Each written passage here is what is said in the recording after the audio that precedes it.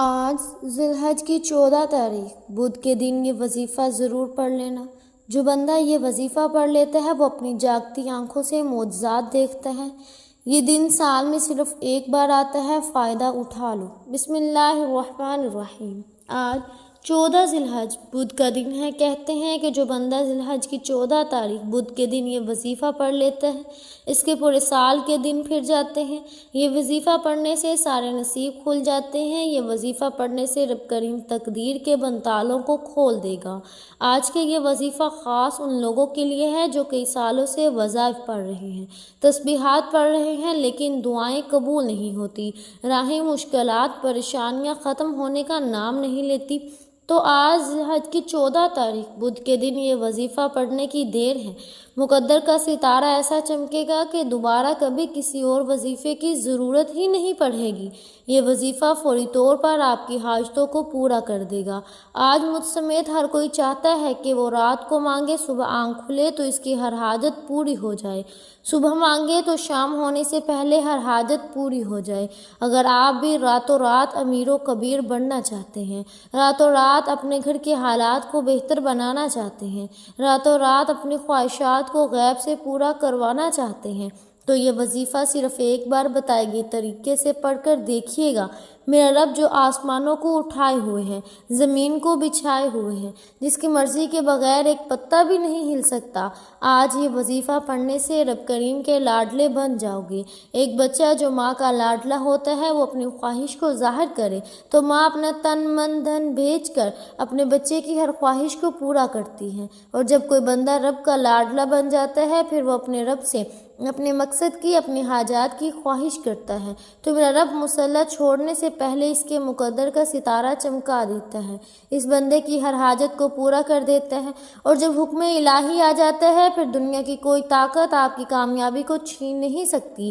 آج تک آپ نے بہت سے اعمال، بہت سی تسبیحات، بہت سے وظائف پڑھے، لیکن آج ایک ایسی تسبیح کا خاص راز آپ کی خدمت میں لے کر حاضر ہوئی ہوں جو آپ کی قسمت کے بند تالوں کو کھول دے گی۔ اس تسبیح کو پڑھنے کا ایک خاص طریقہ ہے کہ ایک خاص ترتیب ہے جو میں آپ کو اس ویڈیو میں مکمل طور پر بتاؤں گی۔ جب آپ میرے بتائے ہوئے طریقے سے اس وظیفے کو پڑھیں گے تو آپ رب کے لاڈلے بن جائیں گے۔ آج کا وظیفہ میری بہنوں کے لیے ہے جو گھر میں جوان بیٹھی ہیں، رشتے نہیں ہو رہے، رشتہ اگر آتا ہے تو وہ ٹوٹ جاتا ہے، رشتے میں کوئی رکاوٹ آ جاتی ہے، کوئی پریشانی آ جاتی ہے، لوگ دیکھ کر چلے جاتے ہیں۔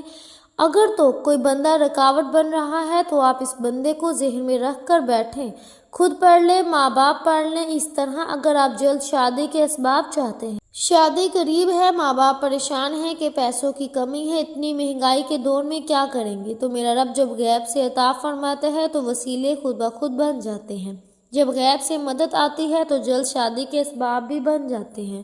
محترم ناظرین کرام، بدبخت ہے، بدقسمت ہے وہ بندہ جو آج اس وظیفے کو لاپرواہی میں چھوڑے گا۔ جب کبھی آپ کو کبھی پیسوں کی ضرورت پڑ جائے، جب کبھی آپ پر ایمرجنسی آ جائے، جب کبھی آپ پریشان، مصیبتیں حد سے زیادہ بڑھ جائیں، جب آپ کے راستے میں رکاوٹیں، بندشیں حد سے زیادہ بڑھ جائیں، جب ہر قدم پر ناکامی مقدر ہو جائے، جب آپ خود کو بند گلی میں محسوس کرو، جب آپ کو کوئی راستہ دکھائی نہ دے، تو پھر آپ آج ذی الحج کی 14 تاریخ بدھ کے دن یہ وظیفہ ضرور پڑھ لینا۔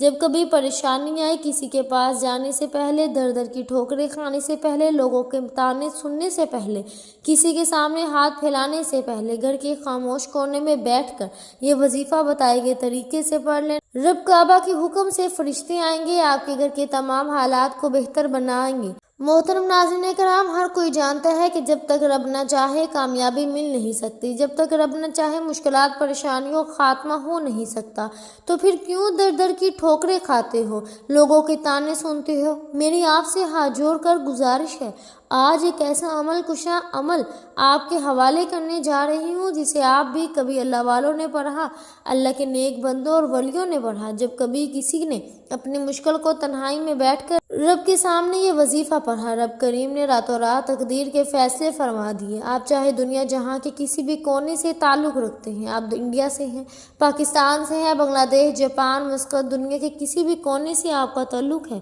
جب بھی آپ کے ملک میں ذی الحج کی 14 تاریخ بدھ کا دن آ جائے تو آپ نے یہ وظیفہ کسی صورت نہیں چھوڑنا۔ آج آپ نے یہ وظیفہ لازمی پڑھنا ہے۔ آپ چاہے صبح نماز فجر کے بعد پڑھ لیں، نماز ظہر کے بعد پڑھ لیں، نماز عصر، مغرب، عشاء، کسی بھی نماز کے بعد یہ وظیفہ پڑھ سکتے ہیں۔ وقت کی کوئی پابندی نہیں ہے، نہ جگہ کی کوئی قید ہے۔ آپ دکان پر ہیں، دکان پر پڑھ لیں، دفتر، کاروبار، سفر میں چلتے پھرتے پڑھ لو، لیکن ذی الحج کی 14 تاریخ بدھ کے دن یہ خاص وظیفہ کسی صورت مت چھوڑنا۔ وقت کی نزاکت کو مد نظر رکھتے ہوئے آئیے ناظرین آج کے اس بابرکت عمل کی طرف چلتے ہیں، لیکن اس سے پہلے اگر آپ اس چینل پر نئے ہیں اور آپ نے ہمارے چینل پاکیزہ وظائف کو سبسکرائب نہیں کیا تو خدا را اس چینل کو ابھی سبسکرائب کر لیں، کیونکہ ایسے بہت سے وظائف، بہت سے اعمال آپ کے حوالے ڈیلی بیسس پر کرتی رہوں گی۔ اب عمل کیا ہے؟ آج 14 ذی الحج بدھ کے دن آپ کو جب جہاں جیسے وقت مل جائے باوضو مصلی پر بیٹھ کر آپ نے سب سے پہلے نبی کریم صلی اللہ علیہ وسلم کی ذات اقدس پر 3 بار درود پاک پڑھنا ہے۔ درود پاک آپ کوئی سا بھی پڑھ سکتے ہیں۔ آپ مختصر اور آسان سا درود پاک صلی اللہ علیہ وسلم پڑھ لیں، یا آپ صلی اللہ علیہ محمد پڑھ لیں، یا آپ نماز والا درود ابراہیمی پڑھ لیں تو سب سے زیادہ بہتر ہے۔ ایک بار ثواب کی نیت سے میرے ساتھ بھی پڑھیے گا۔ اللہم صلی علی محمد وعلی آل محمد کما صلیت علی ابراہیم وعلی آل ابراہیم انک حمید مجید۔ اللہم بارک علی محمد وعلی آل محمد کما بارکت علی ابراہیم وعلی آل ابراہیم انک حمید مجید۔ 3 بار درود پاک پڑھتے ساتھ ہی فوری طور پر آپ نے اپنے جائز مقصد کی، جائز حاجات کی نیت کرنی ہے۔ ہر انسان کی حاجت الگ ہے، ہر انسان کی خواہش الگ ہے، مقصد الگ ہے۔ مقصد کسی کا بھی ایک جیسا نہیں ہوتا، ہر بندے کا مقصد الگ الگ ہوتا ہے، تو لہٰذا آپ کا کوئی بھی مقصد ہے، آپ کے اوپر قرضہ ہے، آپ قرضہ سے نجات چاہتے ہیں، اس کی نیت کر لیں کہ میرا سارا قرضہ اتر جائے، یا آپ کرائے کے مکان میں رہتے ہیں، آپ اپنا ذاتی گھر خریدنا چاہتے ہیں۔ محترم ناظرین کرام، آپ اس کی نیت کر لیں کہ مجھے اپنا ذاتی مکان چاہیے۔ آپ کی اولاد آپ کا کہا نہیں مانتی، نافرمان اولاد کے لیے پڑھ لو، میاں بیوی میں محبت کی کمی کے لیے پڑھ لو، آپ کو کوئی بہت بڑی رقم چاہیے، اس کے لیے پڑھ لو، کوئی بھی آپ کی خواہش ہے جو آج تک پوری نہیں ہو سکی، اس کے لیے پڑھ لو۔ اپنے خاص مقصد کی نیت کرتے ساتھ ہی فوری طور پر آپ نے ایک بار اعوذ باللہ من الشیطان الرجیم بسم اللہ الرحمن الرحیم پڑھ کر وظیفے کا آغاز کرنا ہے۔ یاد رکھیے گا تعوذ اور تسمیہ پڑھنے سے تمام شیطانی اثرات ختم ہو جاتے ہیں، اور جس کام کے شروع میں تعوذ اور تسمیہ پڑھ لیا جاتا ہے اس میں برکت ہوتی ہے، اس میں خیر ہوتی ہے، اس میں سلامتی ہوتی ہے۔ جب آپ نے اپنے تمام مقاصد کی نیت کر لی، تعوذ اور تسمیہ پڑھ لیا، تب آپ نے فوری طور پر اپنی آنکھوں کو بند کرنا ہے۔ پوری توجہ اور دھیان کے ساتھ سب سے پہلے نمبر پر جو وظیفہ آپ نے پڑھنا ہے وہ وظیفہ اتنا آسان ہے کہ کوئی چھوٹا بچہ بھی بڑے آرام سے، بڑے سکون سے اور بآسانی پڑھ سکتا ہے۔ اور سب سے پہلے نمبر پر جو وظیفہ آپ نے پڑھنا ہے وہ وظیفہ رب کریم کے ایک نام کا وظیفہ ہے۔ میرے بتانے میں، سمجھانے میں وقت ضرور لگ رہا ہے، لیکن آپ کے پڑھنے میں صرف چند منٹ لگیں گے۔ آپ نے پہلے نمبر پر جو وظیفہ پڑھنا ہے وہ وظیفہ سبحان اللہ کا وظیفہ ہے۔ جب کوئی بندہ زمین پر بیٹھ کر ایک بار رب کریم کو سبحان اللہ سے پکارتا ہے تو جنت میں ایک درخت لگ دیا جاتا ہے جو روز محشر آپ کے لیے سایہ بنے گا۔ سبحان اللہ کا وظیفہ آپ نے کیسے پڑھنا ہے، کتنی بار پڑھنا ہے، توجہ کیجیے گا۔ سبحان اللہ 1 بار ہو گیا، سبحان اللہ 2 بار ہو گیا، سبحان اللہ 3 بار ہو گیا۔ اس طرح سے آپ سبحان اللہ کو اپنے دائیں ہاتھ کی انگلیوں پر پڑھ لیں، یا آپ تسبیح کے دانوں پر پڑھ لیں۔ آپ نے صرف 10 بار پڑھنا ہے۔ جب آپ 10 بار سبحان اللہ نکل رہا ہوگا، آپ روتے ہوئے، سسکتے ہوئے رب کریم سے مانگتے چلے جائیں۔ صرف 10 بار سبحان اللہ پڑھنے سے آپ رب کریم سے ہاتھ اٹھا کر جو بھی مانگیں گے میرا رب جھولیاں بھر بھر کر عطا فرمائے گا۔ وہ اتنا رحمان ہے، اتنا کریم ہے کہ جب دینے پر آتا ہے تو چھپر پھاڑ کر عطا فرماتا ہے، نہ چہرے دیکھتا ہے نہ اعمال دیکھتا ہے، بس آپ کا خلوص اور آپ کی سچائی کو دیکھتا ہے۔ ہمیں مانگنے کا طریقہ نہیں آتا۔ سبحان اللہ پڑھنے سے رب کی تعریف ہوتی ہے، رب کی تعریف کرنے والا رب کا لاڈلا بن جاتا ہے۔ جب کوئی بندہ اپنے مشکل وقت میں سبحان اللہ کو صرف 10 بار اپنے مقصد کو اپنے ذہن میں رکھ کر پڑھتا ہے تو وہ رب کا لاڈلا بن جاتا ہے۔ یہ رب کی لاڈلی تسبیح ہے۔ جب آپ رب کے لاڈلے بن جاتے ہیں پھر رب فرماتا ہے فرشتوں یہ جو مانگتا ہے اس کی ہر حاجت کو پورا فرما دو۔ سبحان اللہ کو صرف 10 بار پڑھتے ساتھ ہی دوسرے نمبر پر جو آپ نے کام کرنا ہے وہ وظیفہ آپ نے پڑھنا ہے، وہ وظیفہ آج کا خاص الخاص عمل ہے۔ آپ نے دوسرے نمبر پر سورہ کوثر کو پڑھنا ہے۔